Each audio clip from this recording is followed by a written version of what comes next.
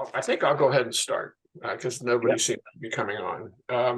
First of all, this program was inspired by Pam Luciani, our vice president at Stone Hardscapes, as a quick outreach for our customers at lunchtime. So I'm appreciative of her allowing me to do it. When she asked me to do the lunchtime one, I did a similar program during the first few months of COVID, to help our customers get through that problem that was going on at the time. And I did it at 7 o'clock at night, and I had over 100 people attend it. And so I was of the perspective that it's better to do it after work hours. But it looks like Pamela has outdrawn me with her noontime thought. So I just said, well, since it's only 30 minutes, I'll do it twice in one day. So some of my thoughts. First, I'd like to define culture. An organization's culture is the unspoken set of behaviors or rules within an organization. And what I mean by that, an example would be what kind of relationship do the employees have outside of the work environment? If there's truly a team-based work environment where everybody's working together to accomplish whatever the mission is, it's pretty natural that they'll also be have a relationship outside of work. So that's a reflection of the culture. Another good example would be, well, if you're in an environment where, let's say, the office closes at 5 o'clock, does everybody leave at 5:01, or do people leave on a scattered basis? Because if psychologically and subconsciously, if everybody leaves exactly when it's time to leave, what it tells you is they really aren't very committed to finishing whatever it is they're working on at the time. That's just a simple little thing. And how proactive they help each other is, of course, the key thing.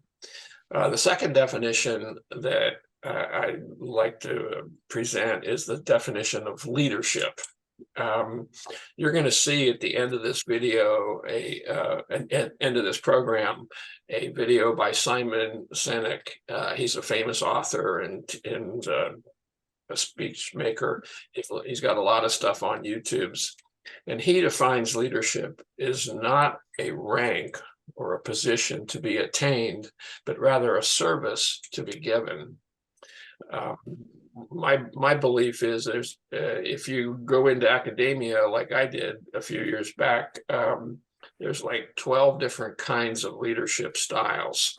And I've always believed in practicing what's called servant leadership. Basically, I'm there to help the people who report to me get their jobs done in a better way. So I provide servant leadership. I've always believed in that style. There are situations where you don't lead with that style, but that's not the normal thing. So let's go to the PowerPoint here. And by the way, the PowerPoint's available. All you have to do is send me an email. My email address is dbk@teamhorner.com. dbk.teamhorner.com. And I always like starting things with a 50,000-foot perspective. Again, this is a shortened version of what I'm doing. But there is a bigger picture in terms of you and your life and why you're doing what you're doing. The big question in your life should be, are you doing it because you love doing it? Because if you don't love doing it, I tell people all the time, if you're not happy doing what you're doing with us, then go find something that makes you happy. Life is way too short. And at 81, I can validate that because I'm still having a lot of fun doing what I love to do, including tonight.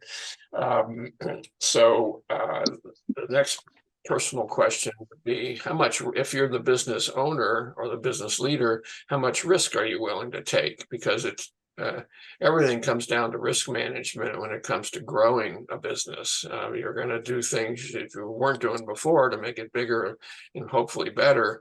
And so there's a risk tolerance factor that you need to be aware of. Thirdly, you have to set a goal for yourself in terms of how big do you really want to get. There's a lot of different ways of looking at that particular asset or issue. My personal belief throughout the 40 plus years that I owned Team Horner was I was more focused on the quality of the business than the quantity of the business. In other words, I did not want to have 50 warehouses all over United States as a wholesale distributor unless it was a quality 50 outlets. And so for me personally, I always focus on the quality of the business. And then the other principle is continuous improvement. So when some people say, well, I want to set a budget for next year, we're going to grow 34% or 50% or whatever. I've never done that. I've always said to our team, let's just do better this next year than we did this year. And so a continuous improvement strategy rather than a targeted quota goal setting type thing. That's been my style, and it's, for me personally, it's worked. It's not everybody else's style. How long are you willing to work on it? Business, as Simon Sinek will tell you later, it's an infinite game. If you play sports, there's a clock, and the clock runs out and somebody wins and somebody loses. That's not the way it is in business. In business, you start over every single day. The game never stops. And so you have to think about it as an infinite game. And I'm tying that in later to Simon. So those are kind of my first thoughts from a 50,000 foot level. There's another strategic thought pattern that I like to create, and that is that every business has 5 limitations. We're in an economic and globalized economic world where everybody is in a niche. Everybody is in a niche. So inside of that niche that you play the game in, there's a market size for the range of products that you sell. In other words, if you're in the pool construction business and you were the only pool builder in Fort Lauderdale, Florida, you'd still only build so many pools because there's a certain demand for pools in that geographic environment. Geographic limitations are the second of the limitations.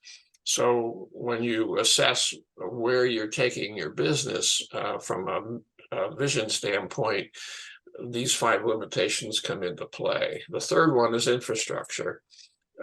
We've been through from 3 employees up to 600 employees at this point in time at Team Horner. So there have been huge, during the decades that have passed, there have been huge changes in everything from how many trucks we have to how many warehouses we have to the computer system. We have a full-scale IT department. We have a full-scale marketing department. All kinds of corporate functionalities that didn't exist when we only had 3 employees or 10 employees or 50 employees or even 100 employees. Everything gets more complicated as you move up the growth scale. And you have to be ready to, especially if you're a private company with a single owner, you have to be ready to invest in those infrastructure investments to keep the business growing. If you don't do that, you won't grow your business. The fourth one is capital. Personally, I didn't come down to Florida with a lot of money. I came down with the desire to go into business for myself. But one of the things, as our company was profitable, I always kept the earnings in the company to grow the company, because I was aware from the first time I got here that if you don't have the capital, you can't grow your business. There are other ways of getting capital, of course, other than retained earnings. One of them, of course, is bank loans, partners, investors, all that kind of stuff. Each one of those has their own complications. one of my goals as a business owner was always to be completely debt-free. I wanted a balance sheet that was bulletproof and had no debt, but we never got there, and we never probably will get there even now with the ESOP, just because of the continuous investment in various levels of infrastructure. And then finally, what's that fifth limitation?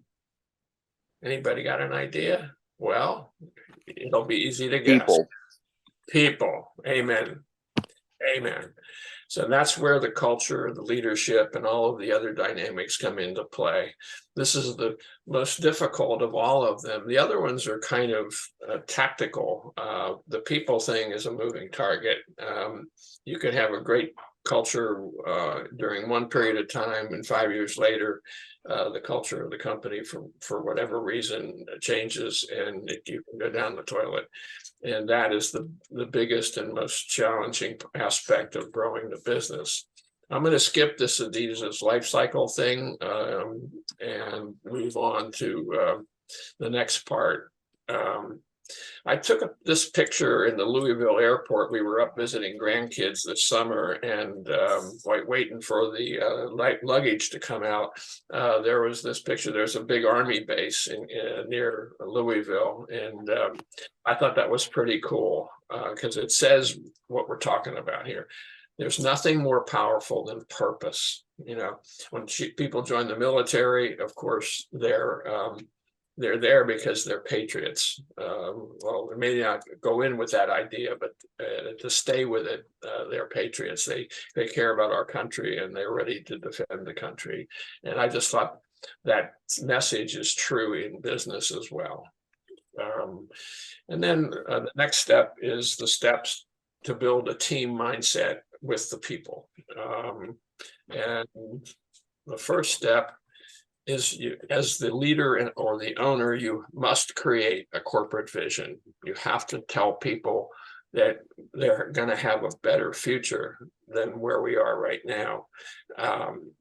In the mid-1980s, I came up with a mission statement called "Working Together, Growing Together, and Winning Together." It's a platform for continuous improvement. It's if I go into a company and I see a plaque on the wall that's got 2 paragraphs about their mission, what I know for sure is probably nobody in the company could even recite or understand the mission. We're going to be the best manufacturer of heat pumps in the world, blah, blah, blah, whatever it is.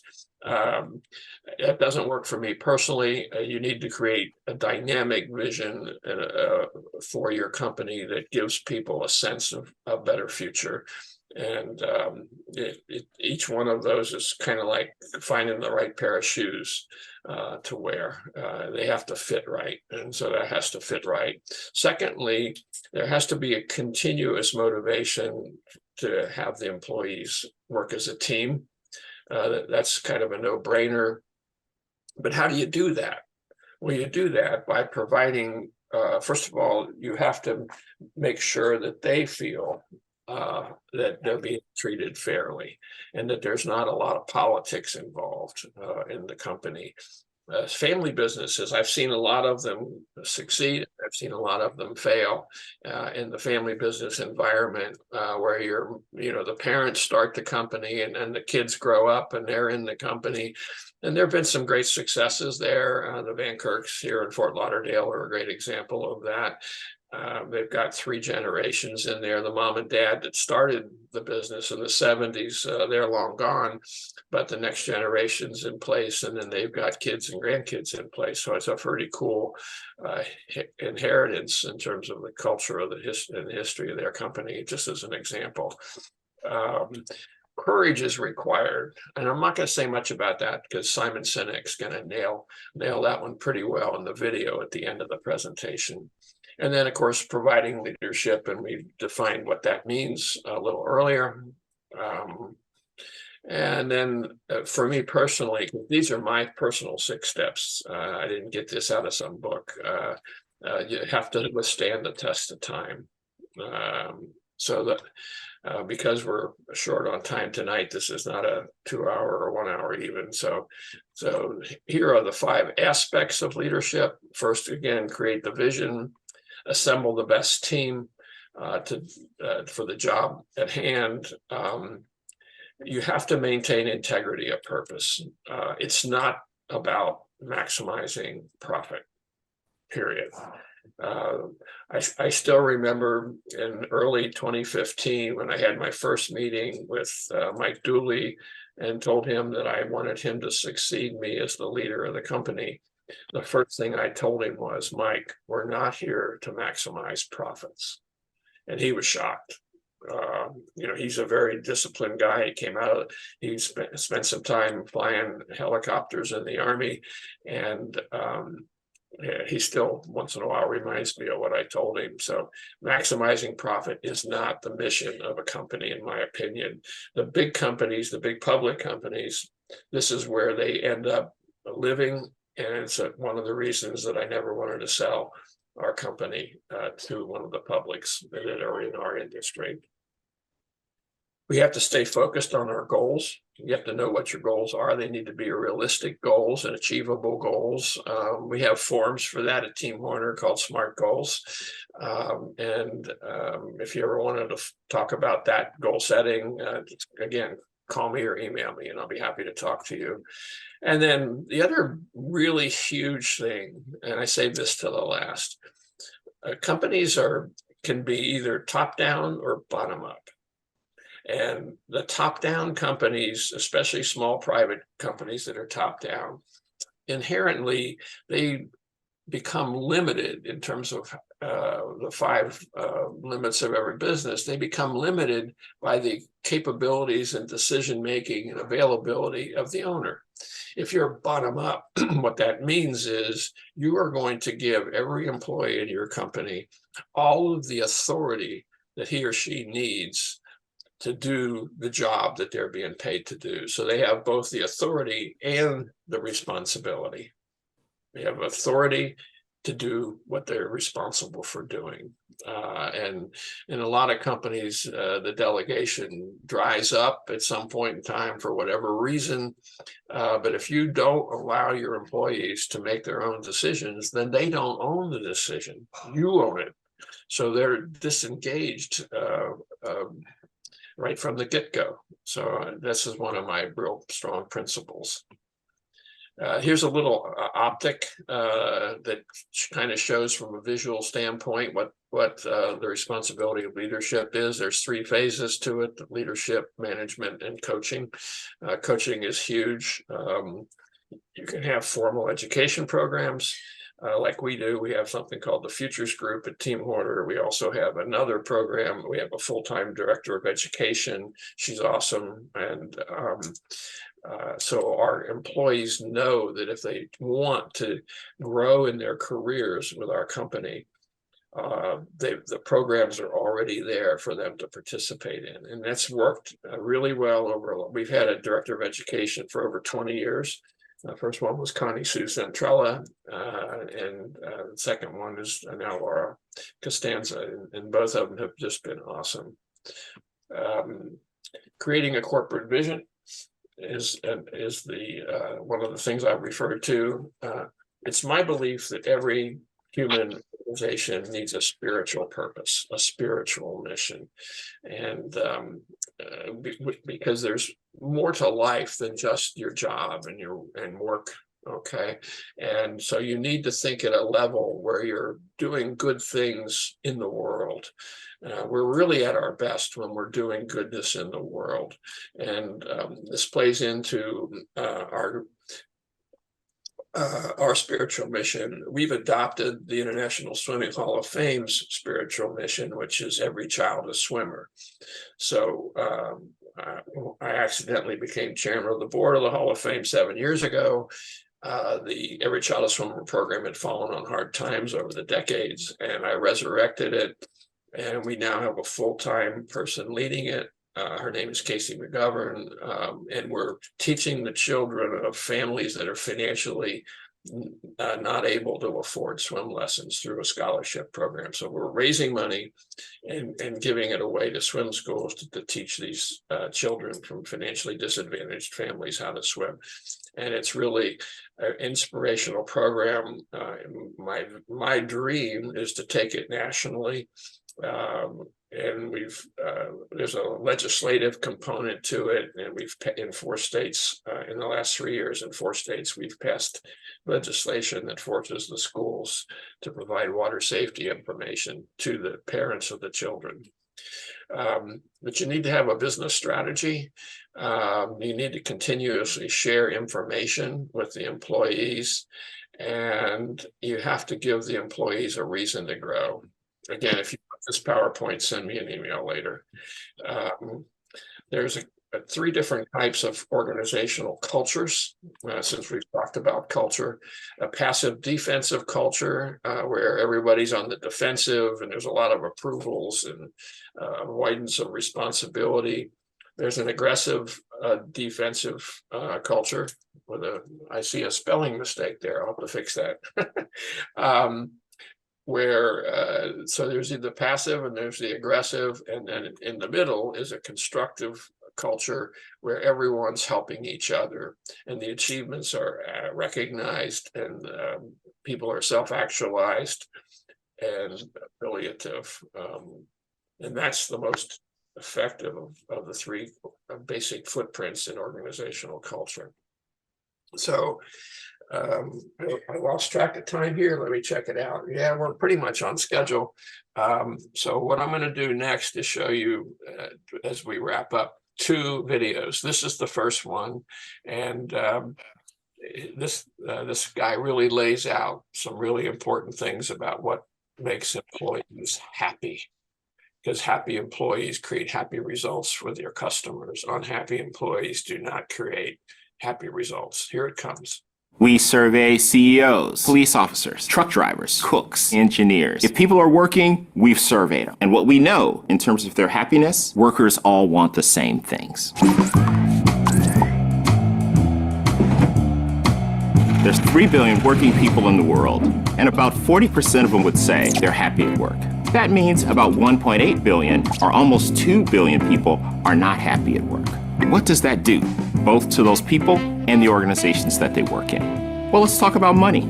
Organizations that have a lot of happy employees have 3 times the revenue growth compared to organizations where that's not true. They outperform the stock market by a factor of 3. And if you look at employee turnover, it's half that of organizations that have a lot of unhappy employees. The miracle thing is you don't have to spend more money to make this happen.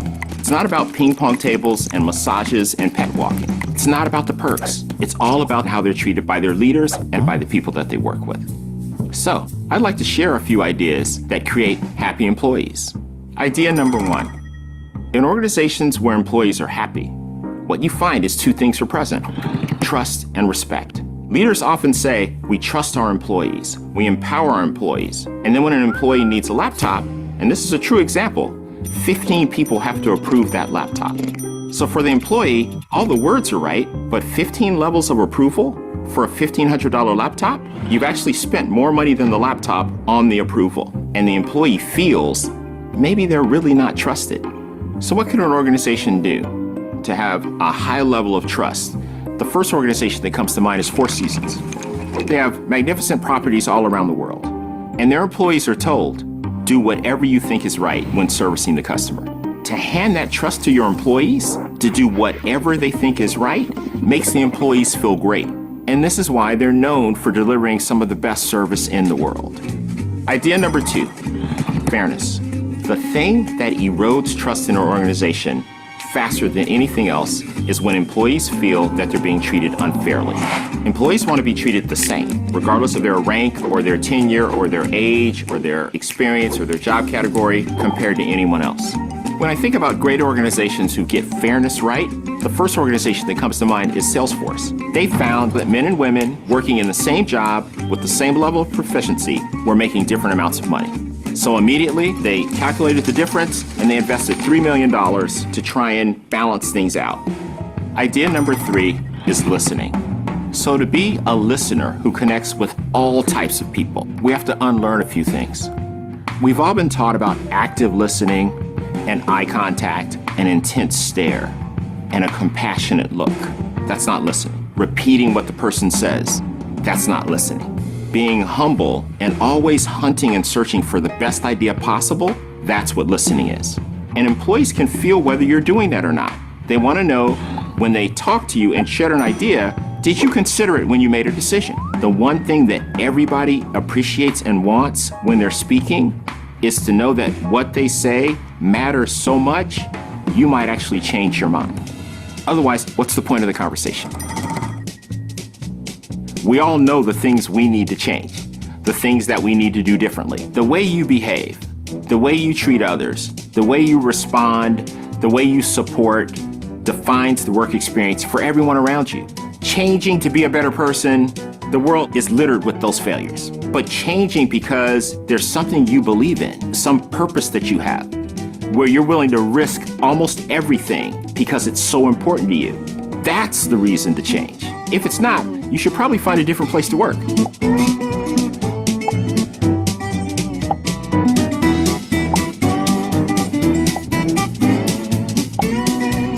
Okay, that was pretty cool, huh?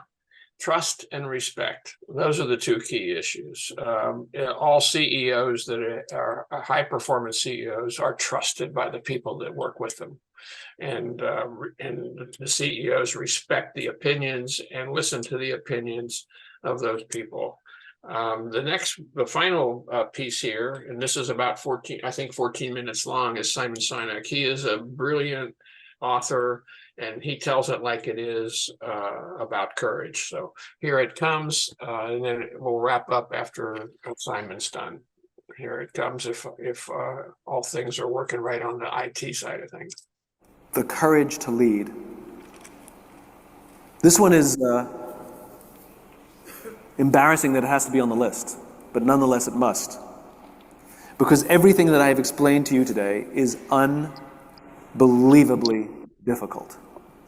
It is extremely hard to make decisions with a just cause in mind when so many of the pressures on all of us are pushing us to make the finite short-term decisions.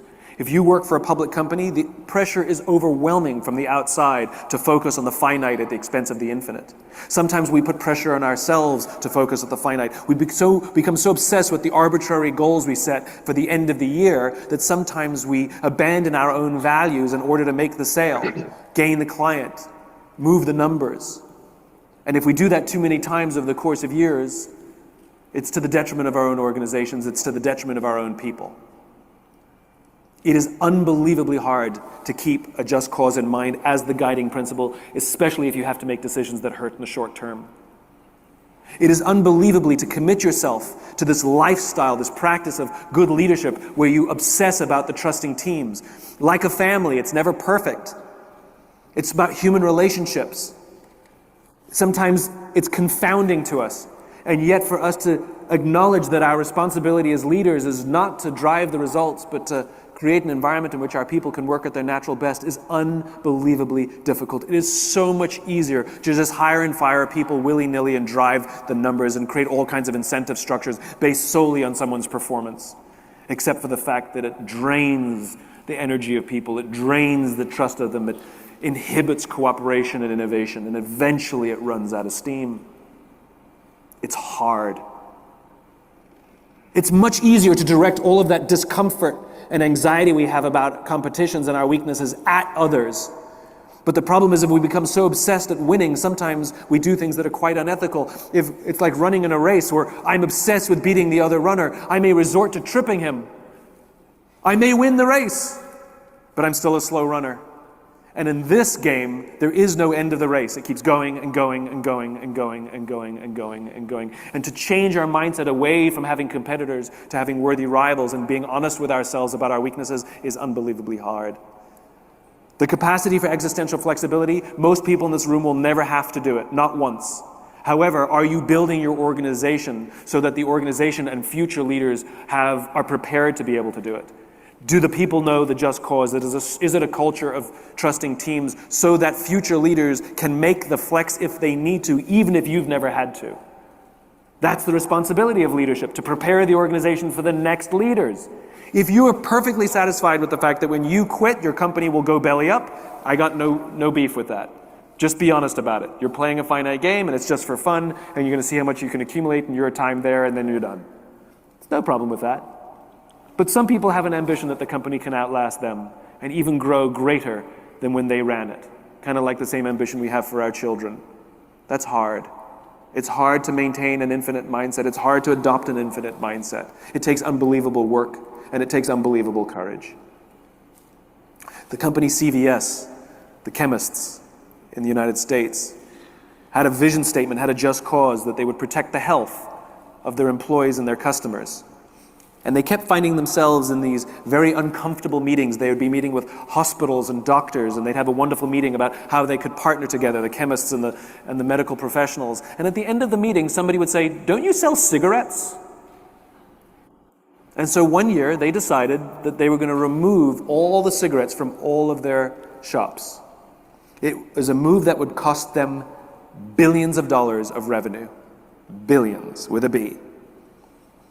Wall Street lashed out against them at the announcement. They stuck to their guns. Analysts said silly things like, those cigarette sales will now go to other places, predicting the future. And yet when all the cigarettes were moved out of their stores, something happened. Sales either stayed the same or went up. Turns out, all those cigarette sales didn't go somewhere else. What ended up happening is more people stopped smoking in the towns in which CVS's existed. In fact, what also happened is people were so enamored by the fact that they would make such a courageous decision based on cause and not money, that people spent more money at CVS or would travel out of their way in order to do business with CVS.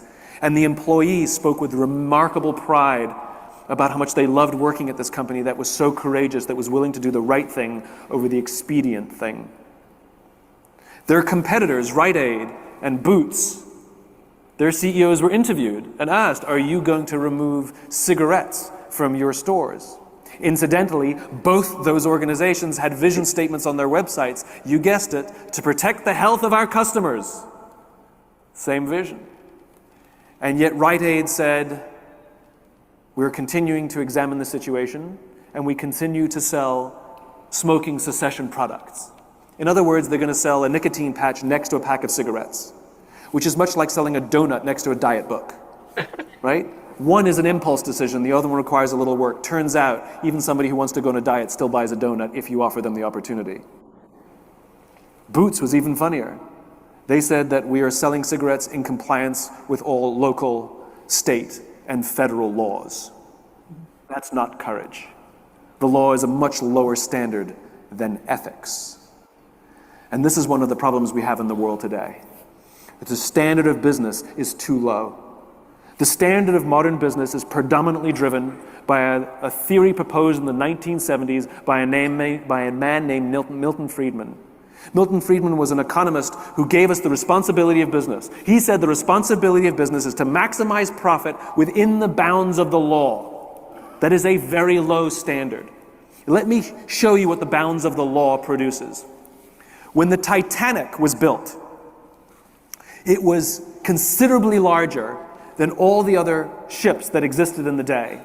And the regulations that governed lifeboats in the day were governed by size, and they didn't have a lifeboats for all provision yet. And the largest vessels of the day were ferries. And the Titanic was 4 times larger than the largest ferry. So what the Titanic builders did, expressly to save money, was put empty berths for lifeboats on the decks of the Titanic, but they only put enough lifeboats as required by regulation, which, as it turns out, was 1/4 of the number of passengers that they would be carrying. Because the regulation didn't require it, so they didn't do it. They knew that the regulation would eventually catch up, which is why they put the empty berths. We all know what happened in 1912. The Titanic struck an iceberg and sank, and guess how many people died? You guessed it, 75%. 25% survived. The Titanic broke no laws. In other words, the law is a very low standard. It is not high enough standard. And unfortunately, thanks to Milton Friedman and people who embraced Milton Friedman in the 80s and 90s, so many business theories were developed based on this standard, that the responsibility of business is to maximize profit within the bounds of the law. The concept of shareholder supremacy showed up. which means we prioritize the wants, needs, and desires of shareholders over the wants, needs, and desires of customers or even employees. This is like an owner of a football team trying to build a great team by asking the fans what we should do rather than asking the players what they need. Doesn't work so well. But because of the 80s and 90s, these boom years, the concept of shareholder supremacy became normalized. The ideas of using redundancies on an annualized basis in order to balance the books. Think about that for a second. We're going to use someone's livelihood so that we can meet our arbitrary projections at the end of an arbitrary time period. And companies use redundancies and layoffs even when they're profitable. They just weren't as profitable as they predicted. Think about the ethics for that for a second. Forget about the people who lose their jobs. Think about the unbelievable stress it causes to the people who kept their jobs. Because what they've basically been told is this is not a meritocracy and no one here is safe. Do you think they're giving you their all the next year? No. They're hiding from you. And they're lying to you. And they're faking every single day because that's the business model we've provided. The idea of rank and yank, where we promote the top 10% of performers and fire the bottom 10% of performers, became normalized in the 80s and 90s. The evisceration of regulations to protect us from speculative investing were destroyed in the 80s and 90s in the name of profit. And now we've had 3 stock market crashes in the past 30 years, where from the Great Depression up until the 1980s, we had 0. In other words, we have an outdated business model. Even GE itself, Jack Welch was hailed as a hero of business for everything that he proposed. He was a Milton Friedman acolyte. He became the poster child of what leadership looks like in the 80s and 90s. GE needed a $300 billion bailout in 2008, and who knows if it's even going to survive for the next 5 years. It was not a company built to last. It was a company built with finite mindset for finite success. We need to completely reimagine business as it exists. We need to reject the finite mindedness of the 80s and 90s, and we need to embrace the infinite mindedness for the next millennium. And the irony is, it's good for businesses. It's good for business. The organizations that are led with a finite, infinite mindset, those infinite-minded organizations tend to outperform their competitors over the long term. They tend to have much higher levels of innovation, much stronger teams where the people don't leave and quit at the slightest shudder. They hunker down and say, how can I help? And for those of us who have to work there, those are the jobs we love. All of this raises an interesting question. What does it mean to live an infinite life? Clearly, our lives are finite, but life is infinite. We're born, we die, but life continues with us or without us. Which means, though we don't get to choose the rules of the game, we do get to choose how we want to play in this infinite game. And we can choose to live our lives with a finite mindset or an infinite mindset. To live our lives with a finite mindset means we wake up every single morning trying to make more money than anyone that we know, to maximize the amount of power that we have, to gain power and sort of oversee the world, control the world, domination. And when we die, we leave it all behind. It's only fun while we're living. Can't take it with you. People hate us. It causes health problems. You look at a lot of these finite-minded entrepreneurs who've done really well in life and go look in their medicine cabinets. Look at the qualities of their marriages, the relationships they have with their children. And it paints a different story. To live our lives with an infinite mindset means we wake up every single morning and think to ourselves, how can we have a positive impact on the people around us? That one day I can meet a remarkable entrepreneur, a remarkable business leader, and say, how did you become who you are today? And they will mention your name. They will talk about the lessons they learned from you, how they learned to be a better version of themselves, to take care of the people around them, and that everything that they've learned today came from somebody else. In other words, you have literally lived on beyond your own years. I had a chance to sit down with Sir Richard Branson, and I asked him a question. I said, how should we judge you after you die? I asked him. I said, what did you build at Virgin? What about Virgin are you most proud of that you will want to be remembered after you die? And he got very annoyed with me. And he said, do not judge me by anything that I have ever done at Virgin. He says, if you want to judge the quality of my life, you judge the quality of my children. That's an infinite mindset. Every single one of us has a choice whether we want to live our lives with a finite mindset or an infinite mindset. It is just a choice.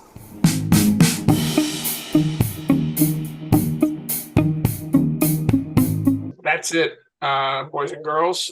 Thank you. I know I'm over time for the 30-minute paradigm. If you want to talk to me, I'm easy to get a hold of. You've got my email address, and I hope something tonight struck you in a positive way. Education is all about creating wisdom, not just learning about how to do technical stuff. And so I thank you all for your attention. And like I said, send me an email if you want this presentation or those videos. I'm happy to share it with you. Thank you, Dr. Bill. That was very cool. All right. Thank you all. Thank you, Dr. Bell. Thank you.